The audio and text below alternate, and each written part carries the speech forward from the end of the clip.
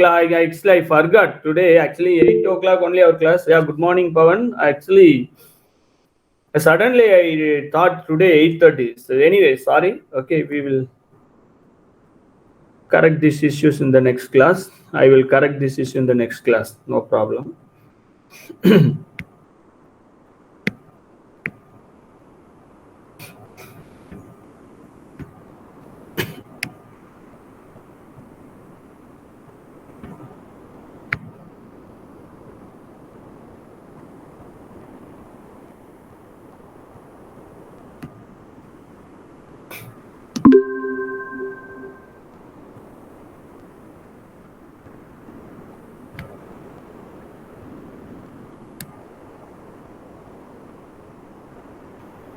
Are you able to see my screen? My PPT? Yes, sir. Yeah.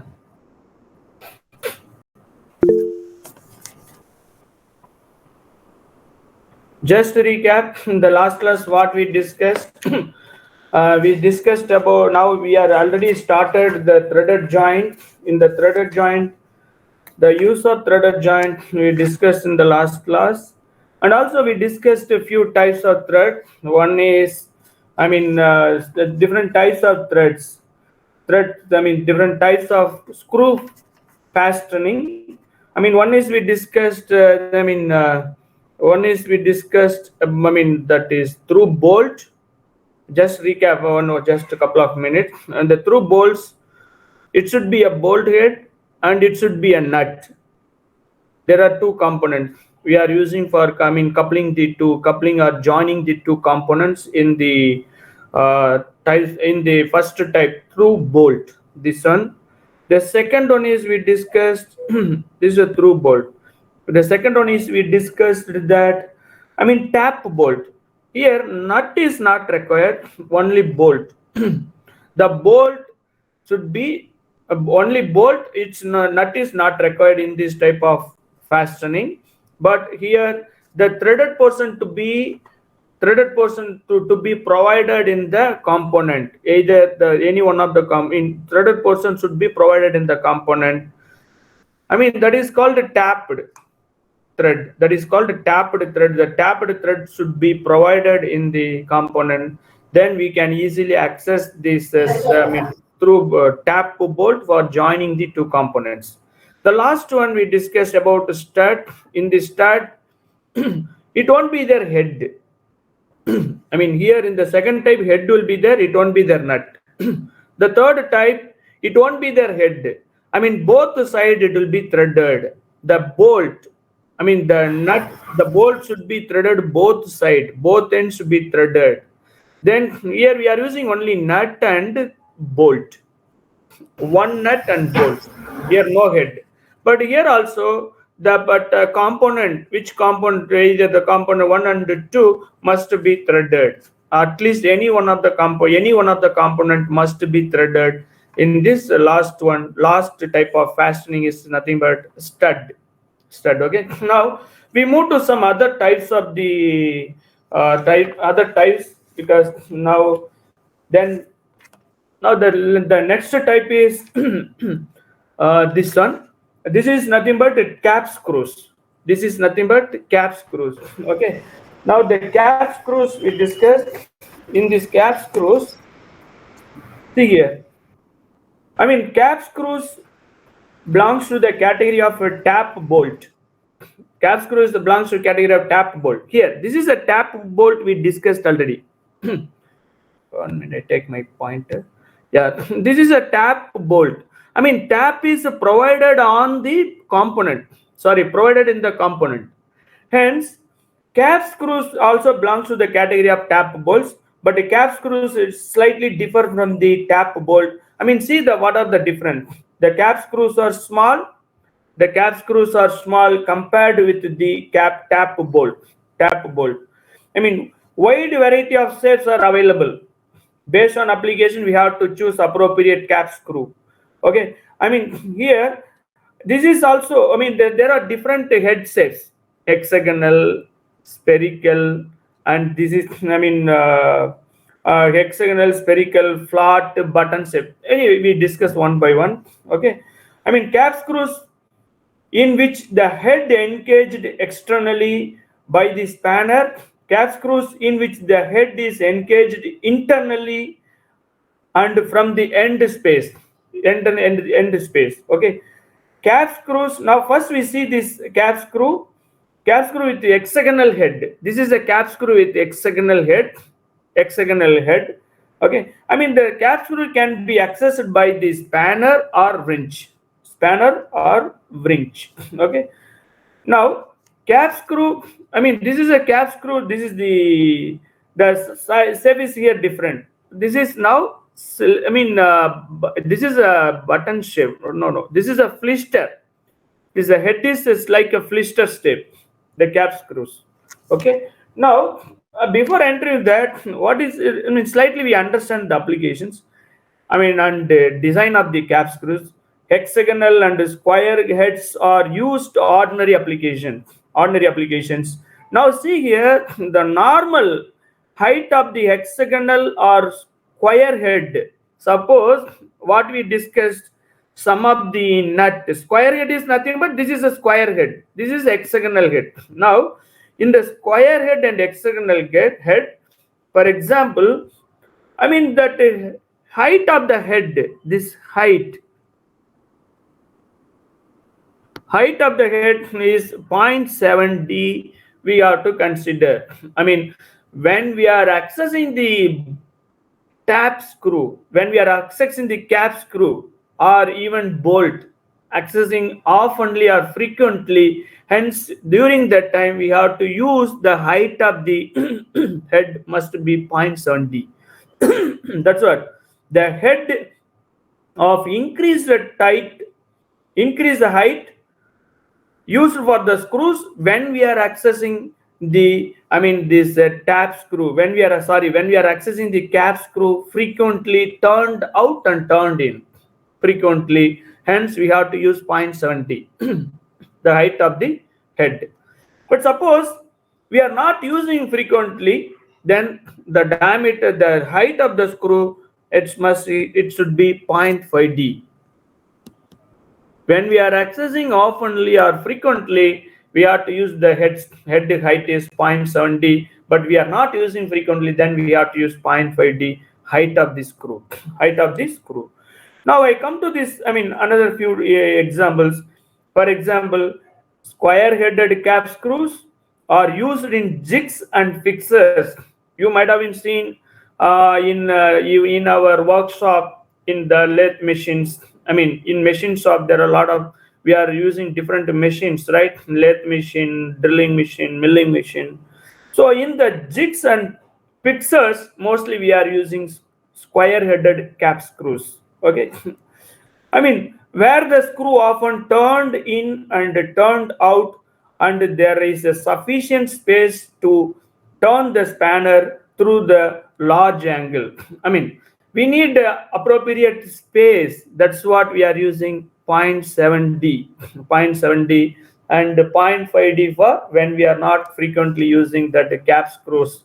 Then we are using 0.5d height of the head. Okay. Now I come to the different types of cap screws. Just a brief explanation of this. I mean this is, see here, this is now B. B is like these are the cap screws. See, this is flister. This is a flister type head. Okay, this is a flister type head. I mean the third one is like a button shape head. Button shape head. The fourth one is a flat shape head. The fifth one is hexagonal socket head. Hexagonal socket head. Now these are the cap screws. How we are accessing these cap screws? See here. A flat head cap screw has a conical head. I mean flat head cap screw has a conical head, right? Conical head, but with this slot. All heads having these slots.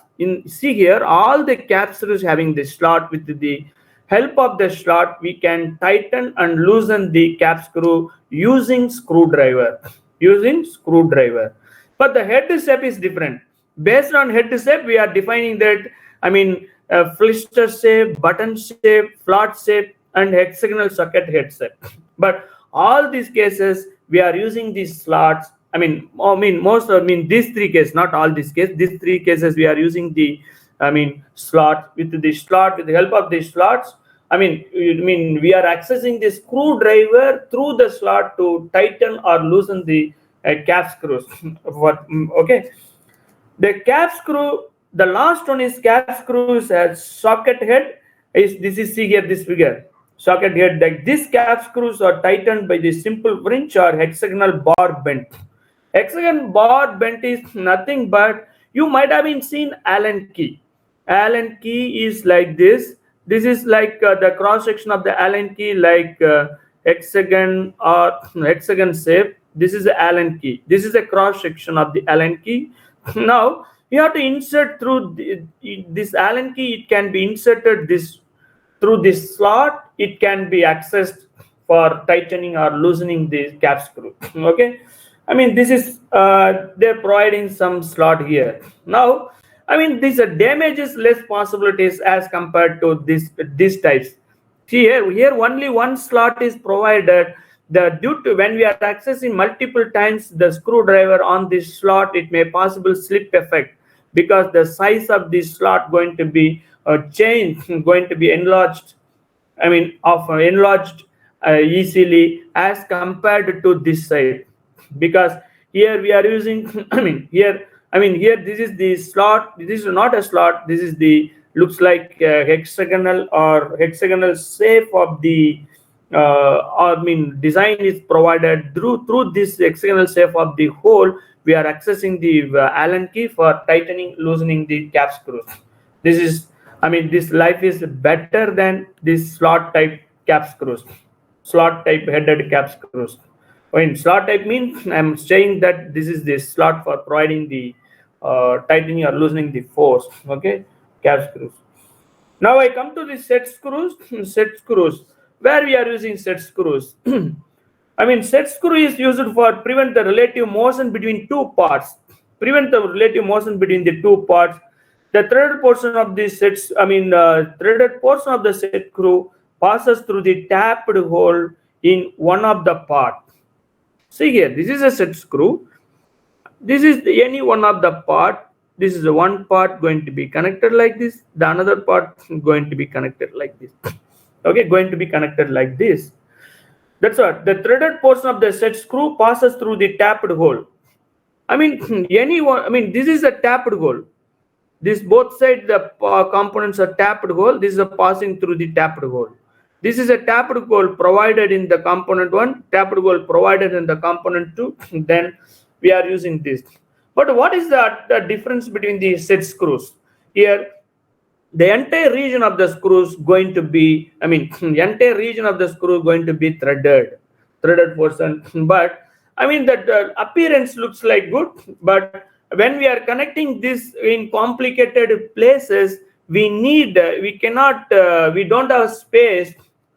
For example, some mechanical system components, we don't like to space above the component. Then this cap screw, it will be inserted through the hole initially. Then the cap screw level and the component level going to be same. Then the space restriction can be the space restriction. Based on the space restriction, we can use the set screws. For example, I draw this diagram, you can understand.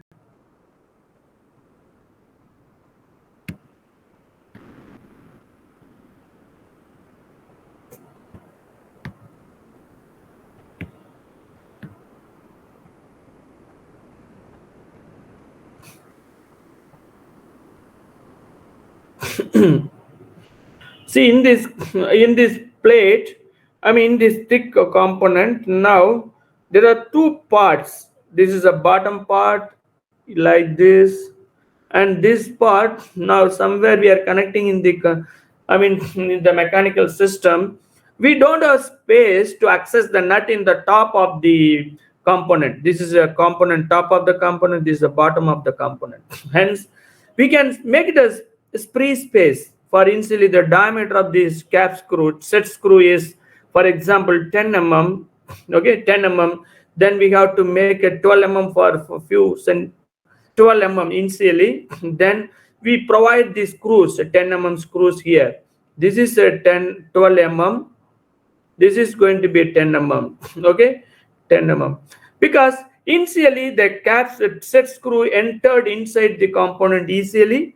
Then there no need extended space on the top of the component. No need extended space on the top of the component. Okay, on the top of the component, because this is, it looks like a good design, looks like good appearance.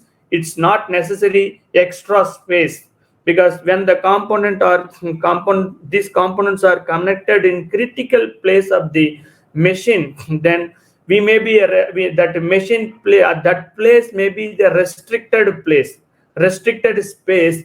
Then in that situation we can go for the set screw.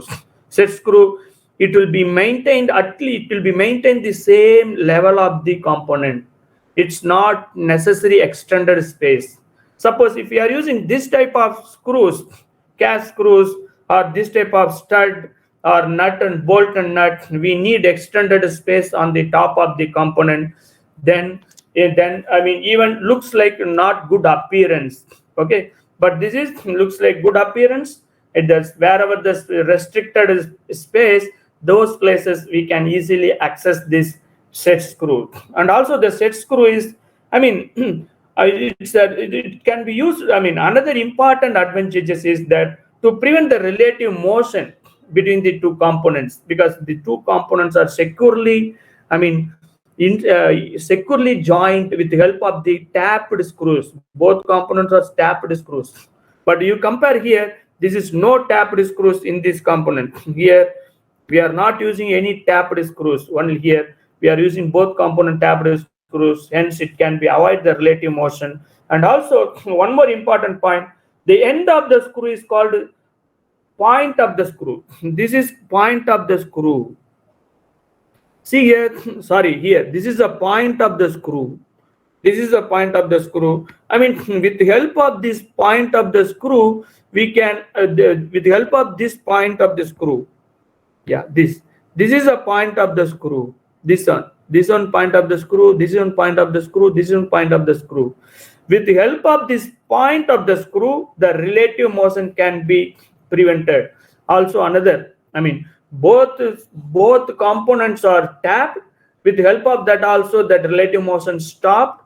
And with the help of the point, with the help of this point also, that relative motion is prevented. Because when the screw is sitting here, for example, I draw it here. When the screw is sitting here, this is the shearing force created here. Hence, it is the relative motion can be avoided. Okay, that's what the end space is called. Called the point of the screw. The friction between the point and the part to be held, to be prevent the relative motion. Here, relative motion. This point, this is a point in this region. This is a space, bottom space. It's not through hole. This portion of the set screw, set screw sitting in this internal diameter of the component. Then there's friction force developed between the surface that can be avoided. That can prevent the relative motion of the component. Okay, now I come to the different size. Different size. Some advantages.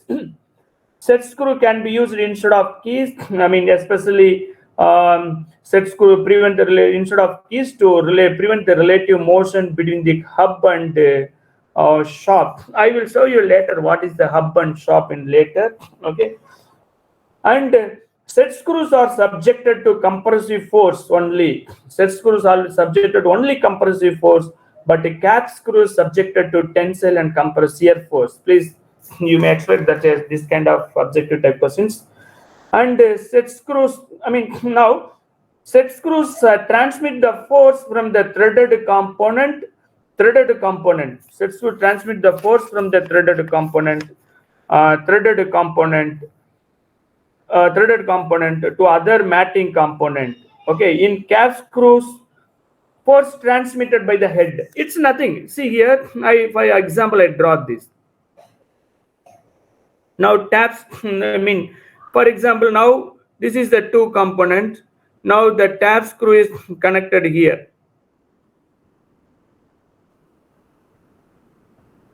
Now this is bolt end, this is nut end,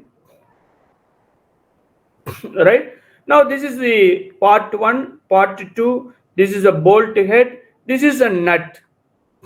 When power is transmitted using the cap screw or nut, I mean, what will happen here? Power transmitted by the head. You see here the head. Power because this is without the head, we can't transmit the power, because it's, just imagine it. No cap, it cannot be transmitted power. But in caps, it set screws, power transmitted. Transmit the force from the threaded component. Here, threaded component. Force is transmitted with the help of the threaded components. That's what I'm saying. Okay. And the set screws are short and threaded over the full length of the shank compared with the cap screws. I mean, as I told you earlier, set screws are short. The length is less as compared to cap screws, and whole region will be threaded portion. Whole region threaded portion. I mean, the shank is nothing but this is shank region. This is shank region is the fully threaded. That's what. Okay. Now different types of set screws. I mean, you see, this is called flat type set screw. Flat type set screw. The flat point. This flat point. The flat point used when the lateral force, which tends to displace one component with respect to another component. Now the second one is now dog point. The dog point also, this is nothing but dog point set screw. The dog point set screw uses the lateral force which is tends to one part with respect to another part. The third one is, I mean, cone point. The cone point used lateral force is small. When the lateral force is small between the two components during power transmission, in that place we are using this cone point. The fourth one is hunger point. Hunger point has a small tapper. Hunger point has a small tapper. It can be used for lateral force large. When the lateral force is large while power transmission between the two components, then we are using this type of set screw. The last one is a cut point. Cut point used when the part being held cannot be drilled and hardened surface.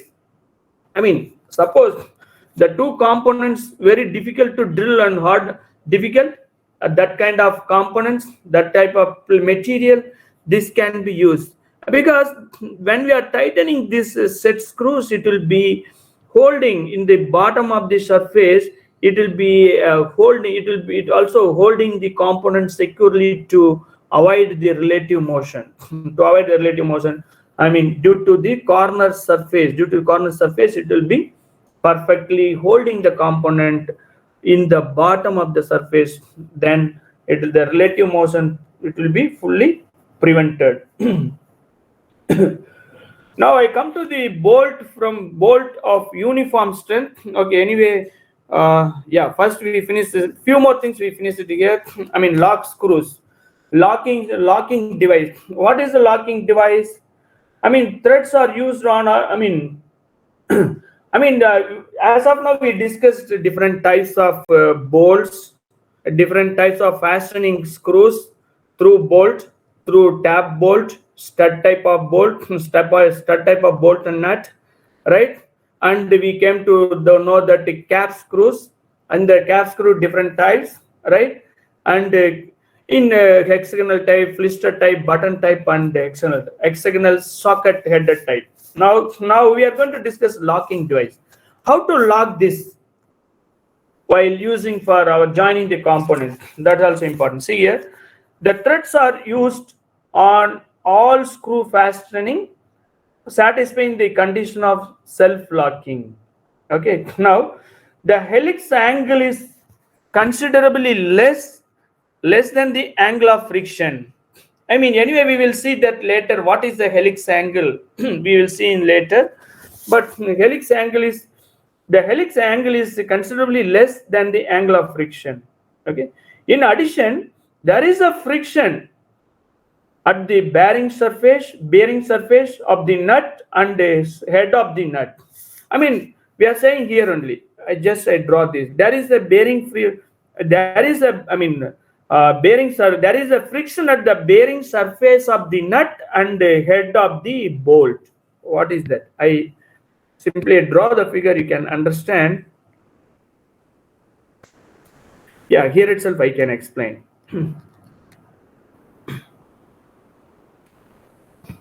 See here. See. Yeah. The friction force. Friction at the bearing surface of the nut. This here. This friction bearing surface of the nut here. Sorry. This region. Okay. There is a friction at the bearing surface of the nut and friction at the bearing surface of the bolt here in this region.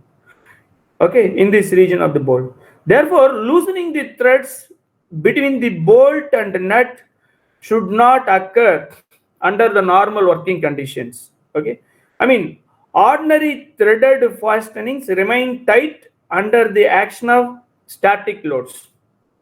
But, however, many of these fastenings becomes loose when subjected to cyclic loading or impact loads. Okay, impact loads. The loosening is due to the reduction of friction force. Due to the reduction of this friction force. Reduction of this friction force. This reduction of the loosening due to the reduction of this friction force in the threads is consecutively happening the expansion and contraction. I mean, for example, the bolt is subjected to vibration.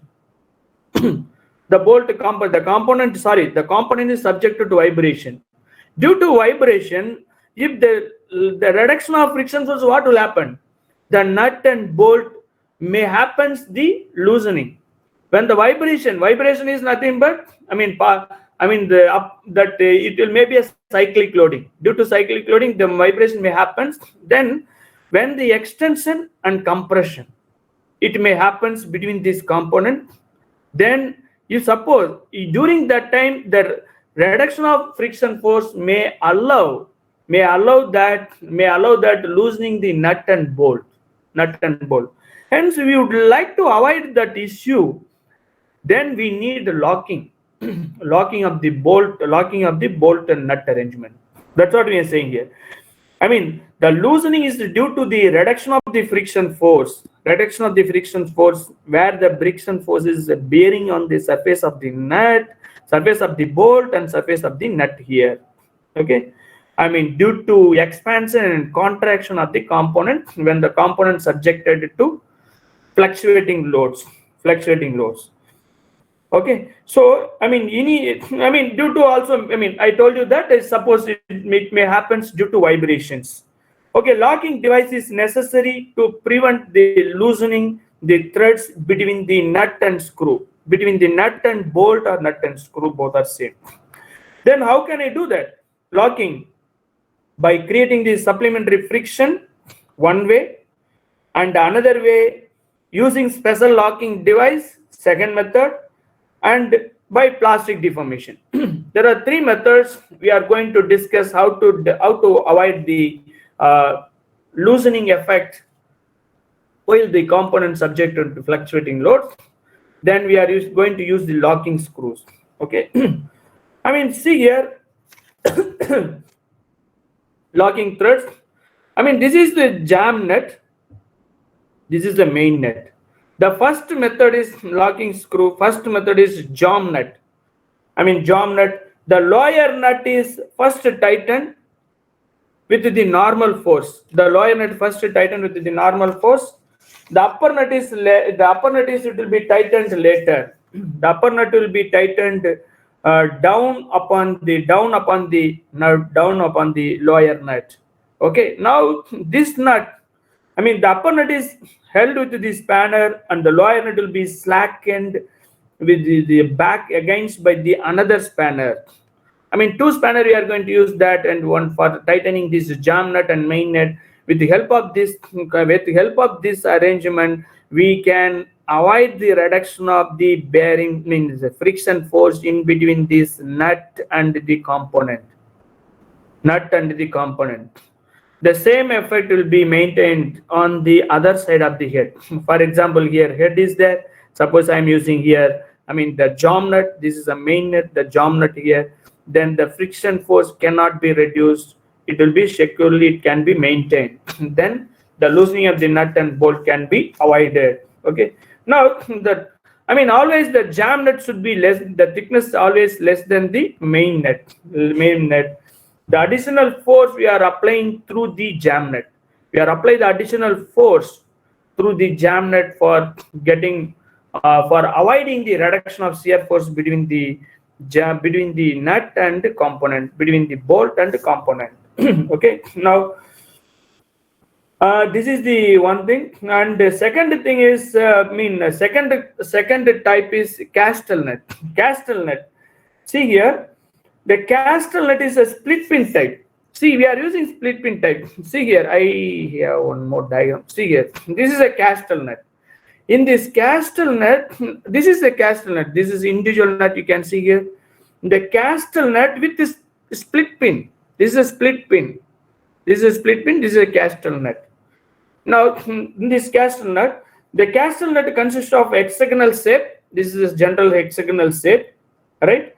Hexagonal nut, but addition of the upper cylindrical part. This is the addition of upper cylindrical part where the 6 slots are provided. This is additional cylindrical part. Okay, the cylindrical portion has at least 6 slots. Through these slots, we are accessing the pin. Hence, then the split pin is passed. See, the split pin is passed through the slot. The split pin is passed through this the slot as well as the bolt, hole. Then bolt hole. This ensures that the positive locking. Then whenever that nut try to loosening, then during that time it can be prevented the loosening of the nut. Then we can avoid the reduction of the friction force in between the nut and the component. Okay, then securely the component going to be held. Okay, this way we can avoid the, this way we can lock the screw, lock the nut. These are one of the locking device. See here, next one is the castle nut, split nut. Split nut is nothing but a split nut. The split nut, we are using here similar to the ordinary hexagonal nut. This is similar to the ordinary hexagonal nut, but we are using external short type of slot, shortcut slot. This is nothing but shortcut slot. While tightening the nut on the bolt, the slot try to deform drastically, right? Then once we complete the tightening, then we can use this cap screw for holding the nut, tightly on the bolt. Then we can maintain the appropriate friction force between the nut and component. This is one type of self-locking device. Locking device. The last one is another one is locking with the set screw. Here, the locking with set screw. This is also positive locking arrangement with the help of this set screw. We are using set screw. This is set screw, but in this case, the nut is the nut is less strength as compared to our bolt. This is elastic piece of the nut. The elastic piece of the nut should be, should be a soft material as compared to our bolt. Then we are using the set screw. The set screw, passing through the nut, and locking the bolt threaded portion. When the set screw passing through the nut, it will be locked in the bolt, it will be engaged with the bolt screw, both threaded portion of the bolt, hence the relative rotary motion going to be stopped, going to be prevented, then appropriate friction to be maintained, hence the loosening effect going to be arrested. Okay, the loosening effect will be prevented using this kind of set screw. Okay, but in this case, the nut should be a soft material as compared to our sorry, the elastic piece of material. Sorry, but the elastic this material, this set screw, which set screw we are using, this should be a soft material. I mean, the set screw and the elastic piece of this nut material would be a soft material as compared to our threaded portion of the bolt. Okay, now I come to this next thing is I mean, see here, this is the Allen key, which one I told you here. With the help of this Allen key, that it can be tightened, it can be loosened. This one. Okay. Now we come to later. These are the different types of bolts and nuts. I kept it here. First, we discuss the where is the beam strength, bolt uniform strength. First, we discuss bolt uniform strength. Which one is something I missed up? Yeah. Now, bolt uniform strength, very important. I mean, see here, where we are using this bolt uniform strength. First, we understand what is the bolt uniform strength. Bolts are subjected to shock and impact loads, right? In many applications, bolts are subjected to shock and impact.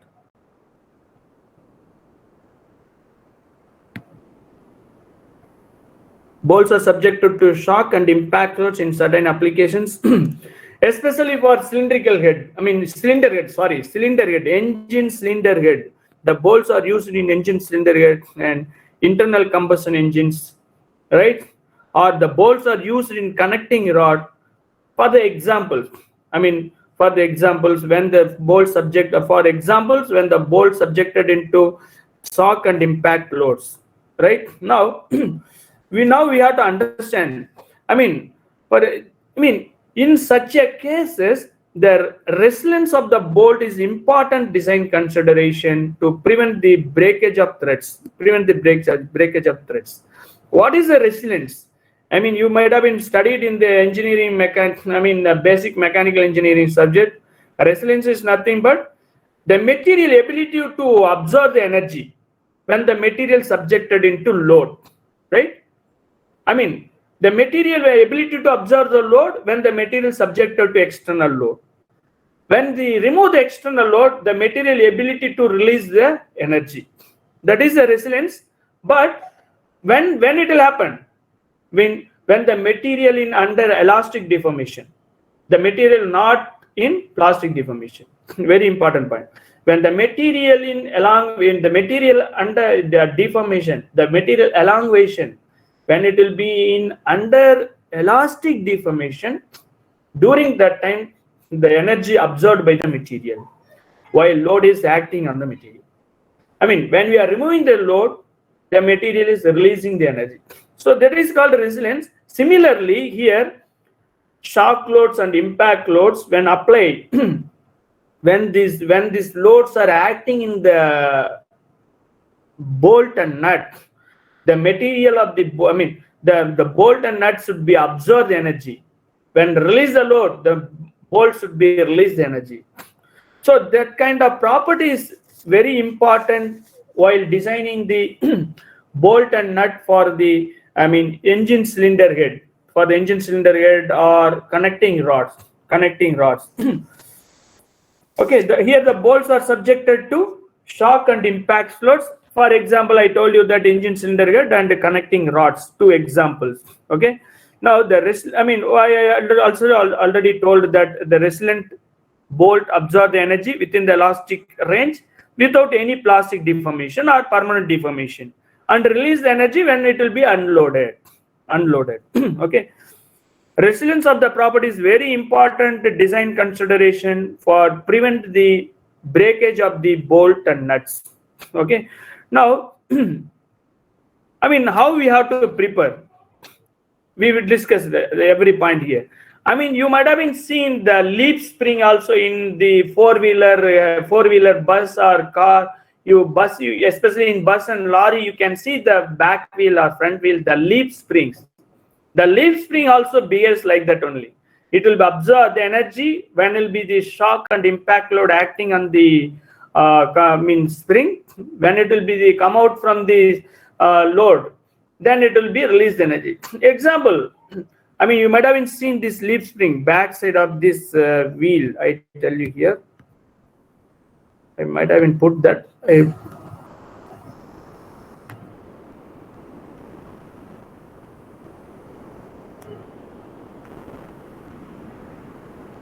This is nothing but leaf spring. This leaf spring is connected in the wheel. In the wheel, you might have seen in bus or lorry. Whenever the vehicle is moving plane surface, it's nothing happened because it's static. I mean, it may be applied a constant load. But when the vehicle is crossing undulations in the road, rough conditions, when the vibration happens, during the undulations, it will be absorb the energy. While overcome from the undulation, plane condition, it will be a release energy. Then that unnecessary jerk or vibration, it cannot be transmitted to the passenger because all the unnecessary vibration and the shock and impact load absorbed by this spring while the vehicle is moving, I mean, crossing the undulations in the road. When it will overcome from that undulations or rough road conditions, then it will be absorbed energy will be released. Absorbed energy will be released. It will come to the original condition, but everything should be happen within the elastic limit, and that is called resilience. Even leaf springs we are using based on this concept. Okay. Yeah. Any doubt?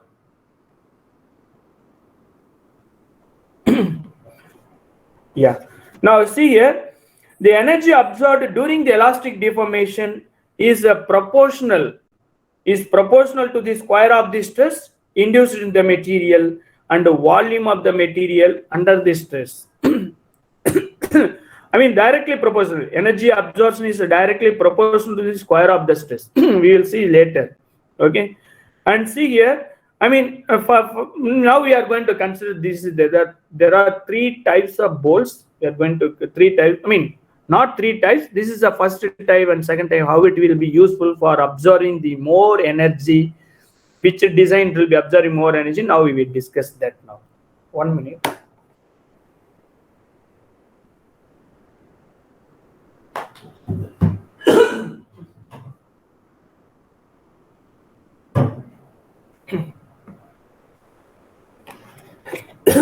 Okay. Once I complete this, we stop this today. Okay. Now see here. I mean, the major diameter of the thread as well as the diameter of the shank is D. This is the major diameter, and the sunk diameter D. Here the sunk diameter is D. This is the sunk diameter D. This is a major diameter as well as the sunk diameter D. I am assuming that. Okay. When the bolt is subjected to tensile force, there are two distinct regions going to be subjected to different stresses. I mean, we are going to compare stress concentration region here. I mean, this is the region 1. This is the region 2. Based on the design, how the stress is more or less in this region, we are going to discuss now. Okay. Now the diameter, the diameter of the threaded portion,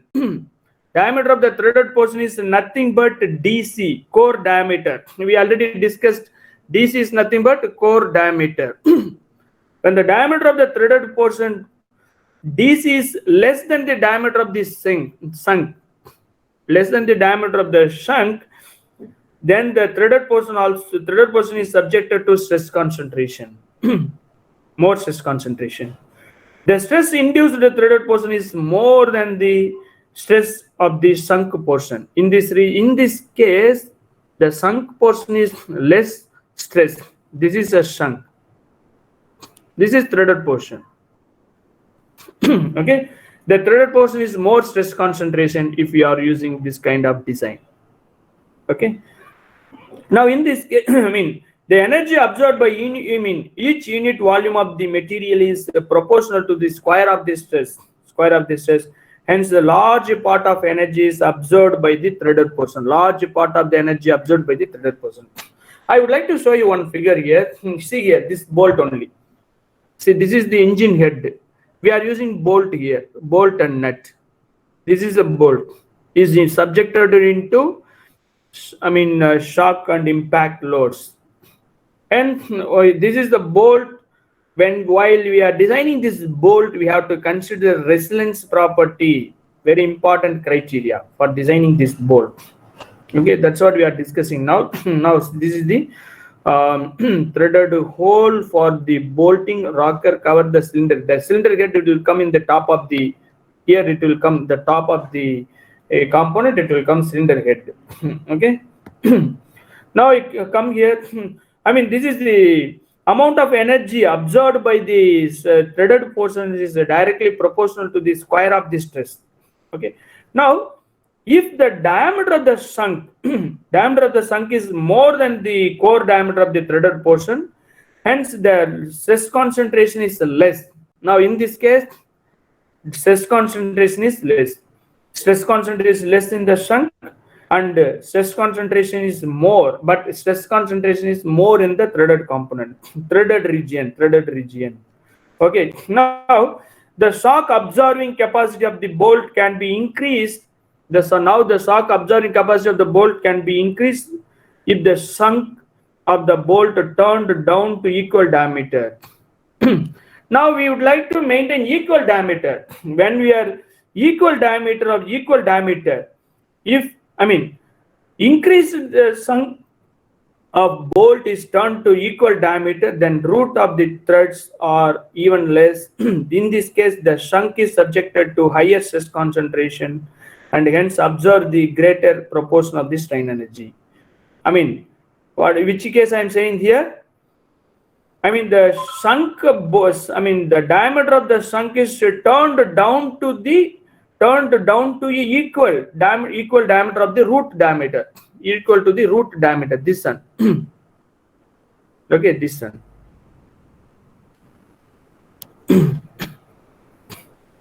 Equal diameter. Now the resilience energy, in this case, the resilience of the bolt can also be increased by increasing the length. Okay, there are two cases we are now discussing. One is, first case, if you increase the length of the bolt, especially increase this sunk length, that also proportional to absorb the more energy. The another case, by changing second method, the changing the diameter of the shank with respect to threaded region diameters, that also we can avoid the, we can define our energy absorbed by the threaded portion. Okay, that's what. The resilience, now this is the two cases. Reduce the sunk diameter to core diameter, reduce the sunk diameter with respect to core diameter of the threaded region. Okay. The another case, we are using, both are in same diameter. Threaded region and the sunk region, both are same diameter, but I would like to reduce the area of this, area of this sunk with the help of the providing internal holes. That also, it will be making the equal stress. Equal stress can be transmitted in the sunk and threaded region. Equal amount of energy it will be transmitted between the sunk and threaded region. That's what. The threaded portion of the bolt is weakest part, and maximum amount of elastic energy is absorbed in this region. Okay. The ideal bolt will be which is subjected to the same stress level at a different cross section of the bolt. Our intention is here the threaded portion. Our intention is here the bolt are subjected to same stress level. The entire bolt will be subjected to same stress level, either sunk or threaded region subjected to same stress level even at a different cross section of the shank, okay, in the bolt. That is called uniform strength. We would like to maintain equal same level of stress in this entire component, either shrunk or threaded region. That is called uniform. Uniform strength, uniform bolt of uniform strength. Then how can I modify that? Either this is the two ways: either reducing the diameters, for reduce the sunk diameter to core diameter, one way. Another way is, providing the internal hole on the sunk region to maintain the equal level of stress in the sunk and threaded region. These two ways we can maintain the same level of stress in this component. Okay, this is equal. This is bolt of uniform strength. Now see here, when you are introducing the bolt, when you are introducing the holes in the bolt region, the sunk region of the bolt, then that is, what is that? This is our, what is the D1? We would like to find out what is D. Sorry, we would like to find out the D1. What is our D1? Okay. Now this is our equal diameter. Now pi by 4 d square. This is the region. Pi by 4 dc square. Now here I am introducing, this is now d squared. D squared is nothing but this diameter, our sunk diameter d. Pi by 4 d squared minus pi by 4 d1 squared. For this is, now we are able to find out what is the d1, what is our whole diameter. We are able to find out what is our whole diameter. In this case, equal amount of stress level can be maintained the sunk and the threaded region. Hence, we are able to prevent the breakage or failure of the threaded region. Okay, this is nothing but bolt of uniform strength. The bolt of uniform strength can be controlled in two ways: by modifying the diameter of the shank with respect to core diameter of the threads. And another method, for providing the internal holes to maintain the equal area of the sections. That way also we can avoid we can manage the equal level of stresses in the threaded region as well as sunk region to prevent the failure or breakage of the threads. Okay, I stop it here. Now I come to attendance. Please, if you have any doubts, please go ahead.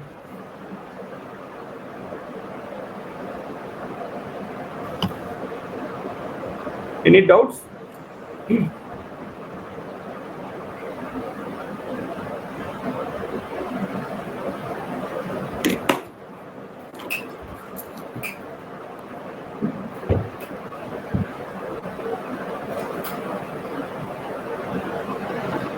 Yes, someone is